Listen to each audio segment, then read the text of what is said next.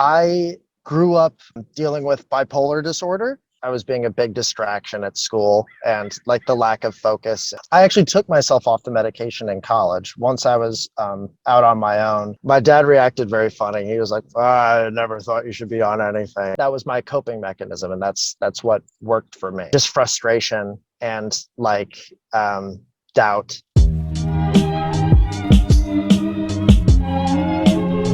And welcome to another episode of Cosmic Chats. We're with Ben Nickelson, who is a comedian and photographer.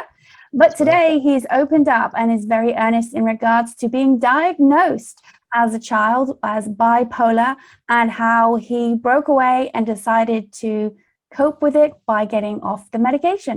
So how would you describe the taste of a banana to someone who's never had one? I'd say mildly sweet and more about the texture than anything. Do you like bananas? I do like bananas here and there. Here and there, but not daily. Not daily, definitely not. Probably not a protein shake kind of chappy. No, but I do love smoothies. Big juice guy. Big juice guy. Yeah. Big juice guy. Okay, which juice? Mango. Usually they'll have like a little bit of hint of lemon in there, or some orange juice. That's quite sweet, huh? Yeah. It's where I get most of my sugar is juice. I gotta have some a lot of sugar in juice. People don't realize it. Oh, big time. I'm a big vitamin A guy lately, and mango's got a lot of vitamin A in it. You know, you don't get enough of it in your daily diet, apparently. And what is it about A that you love? Apparently, it's good for your skin, and I'm trying to make my skin a little bit like better. I break out really easily, so it's been helpful. Oh, well, I would say collagen then.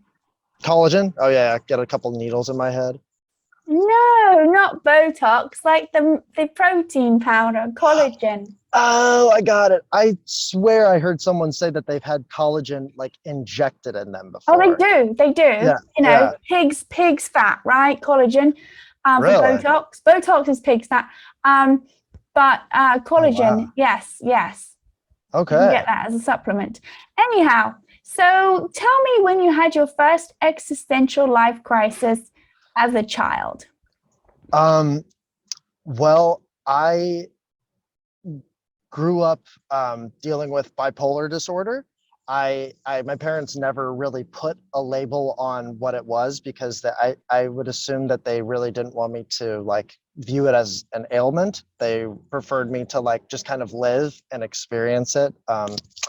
I was on a lot of medication. I didn't really know what I was taking, and I argued with them a lot about taking it. So those were most of the arguments that I had as a kid, but I was put on them very, very young. But just knowing that I was in classes with people that I didn't understand why my classes were smaller than other people, and or why the pacing and the content that we were learning was different. I didn't understand it. So it helped me certainly just know my place like in the world and see like why like how I was separated, how I was like filed, and it was always strange to me. Was there a moment when you first became really aware that it was strange? Not until I was like an adult, like in my 20s, when I like actually like reflected on it. But I would say either that or I had an older brother who he was diagnosed with a brain tumor at the age of 2, and he lived to be 23 and some change, almost 24, and he passed away. He had an amazing life, but dealing with his death was certainly like, you never know how anybody in your family will handle death or how other people around you will handle this person who they know and loved. With like, you just have no idea. And how old were you when he passed? 19. Yeah, I was 19. So I was going into my my sophomore year in college, and I ended up going back a little bit early just to be on campus because I just didn't want to be around family and around like just where everything had happened and everything. It just needed that separation. And there's just a lot of there's a lot of guilt that surrounds that, like they talk about survivor's guilt, or just like the guilt of knowing that you handle things a lot different than everybody. You're like, okay, well, all these people are crying all the time and I don't feel the need to cry. I feel the need to like express it elsewhere. And you're just like, what, why? Like, and it's, obviously it's okay. Everybody deals with it differently, but yeah. Do you think part of that is the medication? I actually took myself off the medication in college. Once I was out on my own, I stopped taking everything and I really started getting to know myself a lot better. And med-free, I don't take mood stabilizers or anything anymore. And I've been feeling better. I have my peaks and valleys for sure, and they're very intense, but for the most part, comedy is the thing that makes it work the best. So how do you deal with the peaks and valleys now? Do you feel it coming on? I do. When I'm at my lows, my like deep lows, I lately have the instinct is to immediately go to a mic and to go and just talk. And it's easier to joke and like just get it out that way, because I'm so in my feelings and in the moment anyway, that like it just flows out of me. And when I'm manic, usually the same thing. I'll go and perform, and people see the difference. They're like, what is this kid's deal? What is his deal? Like, what is this? He's one way, he's one way this day and one way the other. So and then the middle ground today, I would say, is it's very manageable. I feel pretty normal, and it's honestly more boring. Like living in the center of it. So how did your family respond when you decided to take yourself off the meds? My mother was upset because my mom was who would take me to psychiatrists and therapists, and my dad reacted very funny. He was like, I never thought you should be on anything. So it like certainly confirmed how I felt. But they were supportive for the most part. They were worried about where my grades would go and everything like that. But for the most part, they took it very well. I argue with my mom about it here and there, but I'm my own guy. How old were you when you were first taken to a psychiatrist? Oh my, I have no idea. Probably 5 or 6, I'd say. Very, very young. And I was probably on. Was there an incident that triggered it?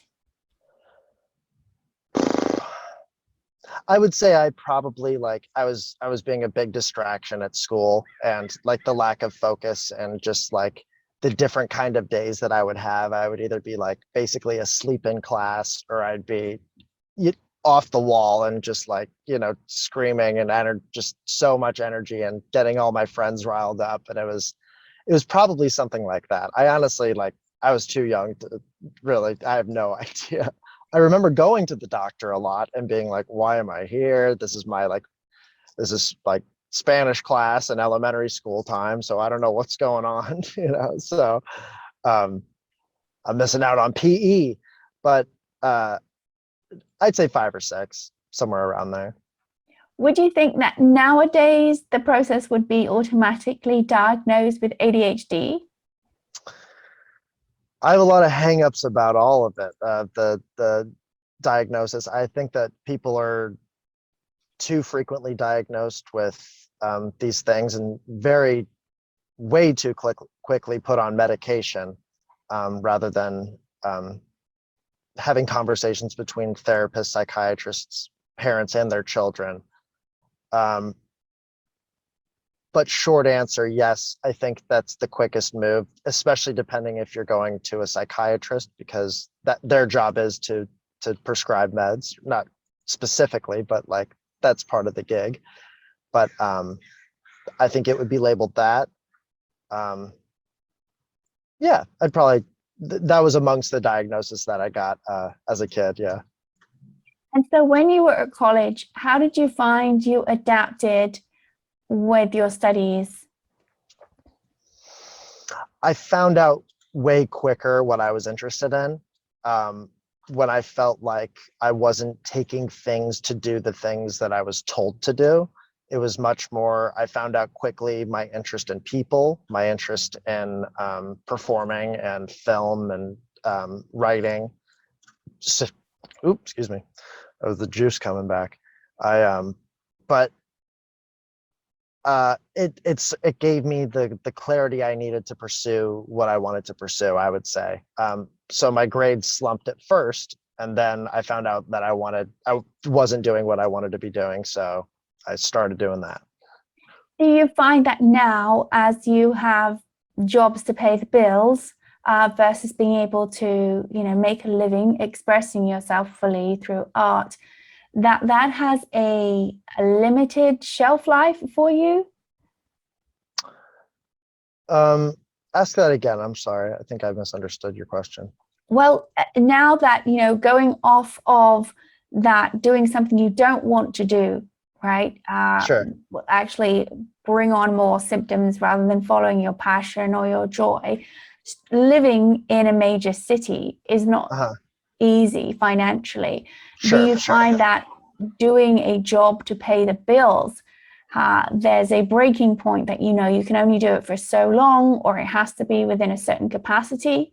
I see. Yes, definitely. And it makes it much easier to only be doing jobs that I know are helping me pursue what I want to pursue, or doing basically brainless jobs that I know are paying well and aren't really, they're not so much work on my brain that I can't be working and writing jokes at the same time. So yes and no. I think the goal, obviously the ultimate goal, is to be like completely financially stable as a stand-up and actor. But in the meantime, it is like out here, there is so much opportunity. There's so many things that you can do that are like the lower end of that really still keep you in the game and keep you interested and like keep you in that world where, like, I moved out here initially and I was working at Trader Joe's, and I knew so fast, I was like, I can't make it here past a year because this is just, it's so far apart from what I want to be doing. So yes and no, I guess is what I said. So for someone who is, around an adult age or wanting to maybe get off medication, you would say what advice? Know yourself before you, and know, actually, no, I take that back. Know that getting off of all of your meds is going to make you inherently want to get back on them because your emotions flood back in and the real world and your real life situation sets in a way that it's much less numb. And you have to be ready to deal with those without the medication, one, and two, find a way to put all of your emotions into one thing or several things in most people's cases. But stand up is the thing that makes it work for me.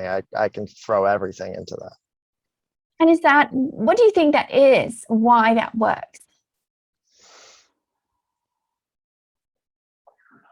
I think I've always handled my life that way. I've like, not through stand up, but through mocking things and making fun of myself and to an extent other people, but in a healthy way. When my brother passed, the first thing that I could do was joke about it, was joke about like how he messed up as a person and like how this would, like, just knowing what he would have wanted to do and like now can't do. And there's things that he did that he would have been like, well, I sure wish I'd done this instead of that. Now that it's all, it's much easier to mock it than it is to here and there deal with it through and through. But that was my coping mechanism, and that's what worked for me.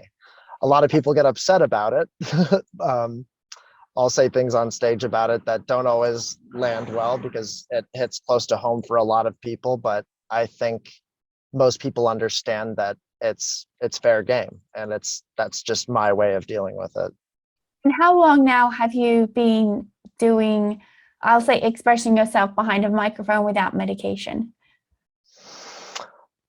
Oh, wow. Actually, I've only been off of my Lexapro. I've been on and off of it for years. But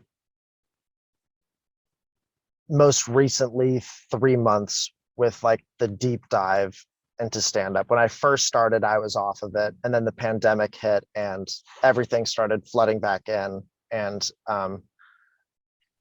once I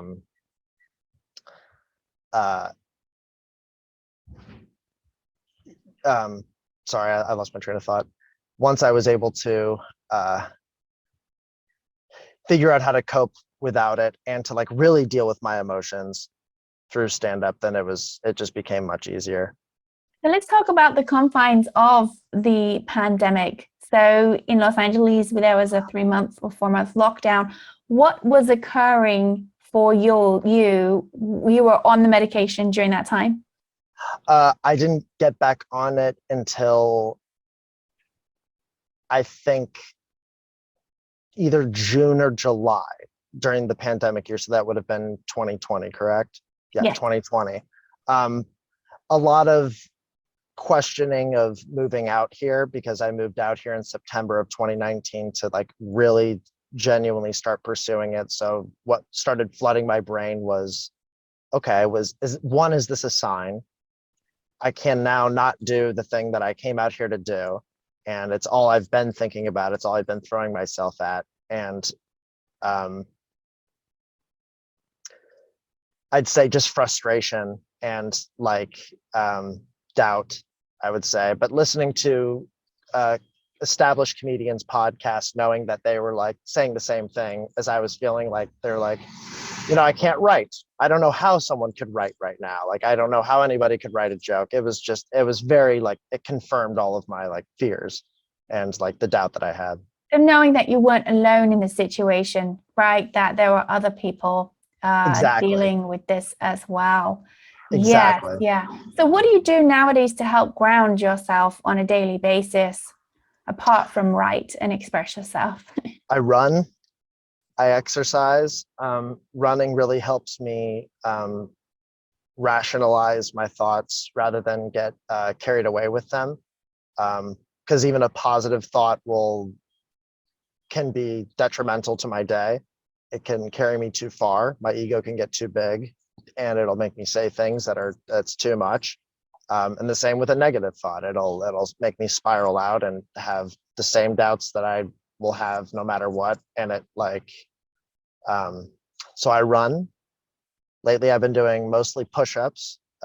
It wears me down just as hard. Exercise, I would say. Yeah, if I'm not writing or doing stand-up, I'll exercise to get that energy out of me. And have you had, when you were dealing with the pandemic, obviously exercise was a bit harder to do? I don't have a gym membership or anything. I run, and I would run with a mask when I saw fit. Because nobody was on the street, so I'd run, and I'd just go around my neighborhood. And sorry, I'm in my car studio. Apologies for the audio. But yes, no, I didn't run into too many issues during the pandemic with exercising. The people who went to the gym, I would hope that they were just doing the prison workouts at their place, push-ups, pull-ups, stuff like that. What would you hope to leave for the world after your body drops as a positive imprint?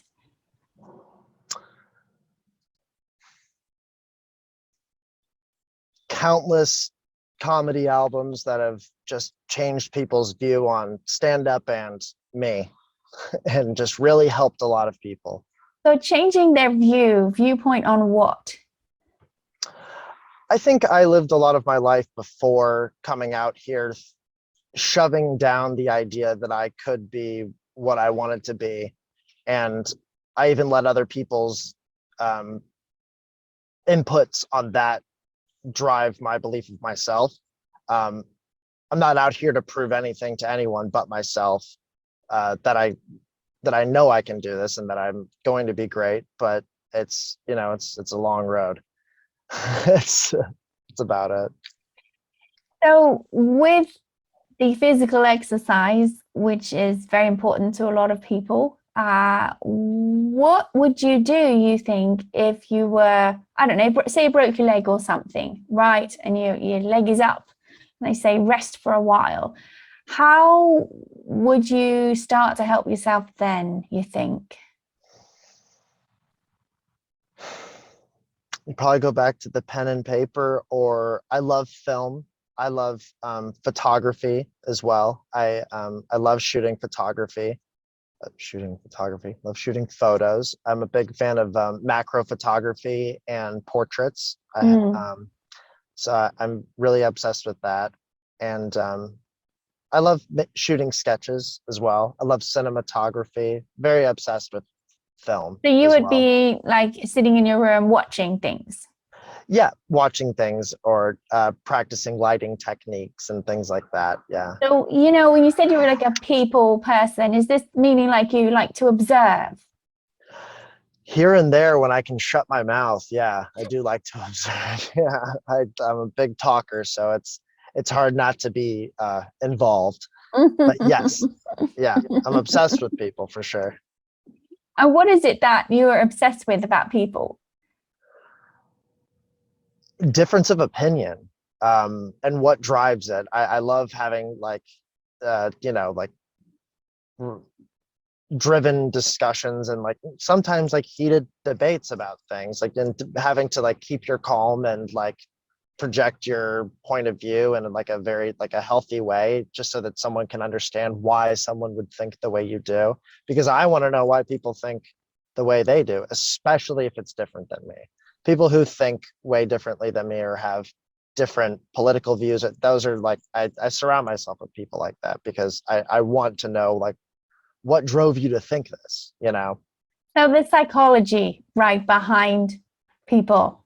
Yeah, no, yeah, absolutely. Yeah. And what drives people there. How do you deal with if you have you start to feel the mania coming up, do you then find there's a depletion of sleep that you have to catch up with?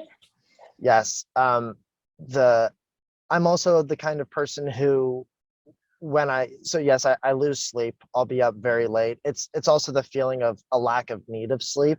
I start packing my day with things and I'm like, oh, this will go till 3 a.m. But like, I know it'll be fine. Like, I don't care. And ultimately, even when I'm tired and I'm not at a low, I'm the kind of person that tired in my brain registers as sadness rather than like, just relax. It's fine. Like just take a day, take 2 days, take 3 days, whatever it takes. But it registers in my brain as sadness. So the mania, yes, I do lose sleep.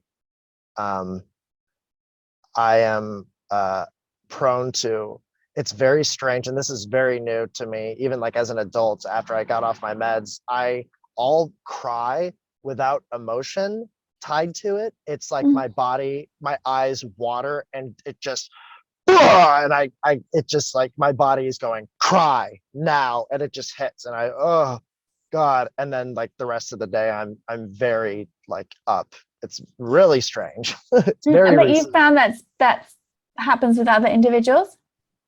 I actually haven't looked too much into it. They talk a lot about like intense fluctuations of mood. So I would just attribute it to that, I think. Does that also sometimes lead to confusion in the brain? You're like, you have, when you get fatigued, you're for overdone, sure. you can't. Yeah, no, absolutely. It's very much like I'll spend time in my day thinking like, okay, did I really have like an episode, or did I just like not eat enough? Have I not been drinking enough water? You try and justify it any way you can, where it's like your brain's like, no, you're normal. You just had too much caffeine, or you didn't eat yet. So, but that's just denial a lot of times. Right. Well, one of the advantages of the meditation that we teach, and for the large groups, is it gives the body 2 to 5 times more deep rest than if you were sleeping. And those of you who are curious about what that is, you can find out in our ebook, Vedic Meditation Stories. It's completely free now if you have Amazon Unlimited, and it is predominantly full of true stories of people who had never come to meditation, who learned the technique and how it changed their lives. It's the only publication at this moment globally that has unedited true stories from people who learnt it. And if you want to know more about the nonprofit and how we're going out to underrepresented groups to teach meditation, you can check it out in the description. And if you want, please like and subscribe as well. And it is full of individuals also who were on lots of medication and they started to meditate, and the doctors were the ones that said they needed to get off the medication. You love hearing that. having a nervous system that is getting the rest, one of the aspects we are missing in our Western culture is the necessity for deep rest, and sleep doesn't always give us that, because going horizontal, what happens is then the brain is trying to file everything that went on. We don't give ourselves that space or time. So I guess I would ask you one more question. Sure. If you noticed a family, maybe you have a niece or a nephew or a family member that had a young child that was beginning to display some symptoms that you recognize in yourself when you were younger, and maybe the parents had no idea, what would you say to the parents, and what would you maybe say to the kid? Ooh. You're not alone. And you should feel free to call me when you're feeling the extreme highs or the extreme lows, because I have been there. I'd say that to the kid. To the parents, I would say, don't be quick to make medication the move. It is a good solution here and there, but it is not the only solution. And especially for young children, I personally don't think I'm no doctor, but I personally don't think that it's the best solution. Drugs in a child will always affect them as an adult, no matter what you're putting them on, no matter what their ailment is. And that it really can be fun here and there. So don't forget to enjoy it. The mania is fun and the sadness is real, but it's meant for you to feel all those things. That's about it. And again, for those of us who are joining us, this is a Ben's personal experience that we're sharing. It's all part of Cosmic Chats, that we hear individuals' personal experience and we get to learn something. So with that, we'd like to thank Ben for joining us. And if you'd enjoy it, please put a comment down and we'll see you on the next Cosmic Chat.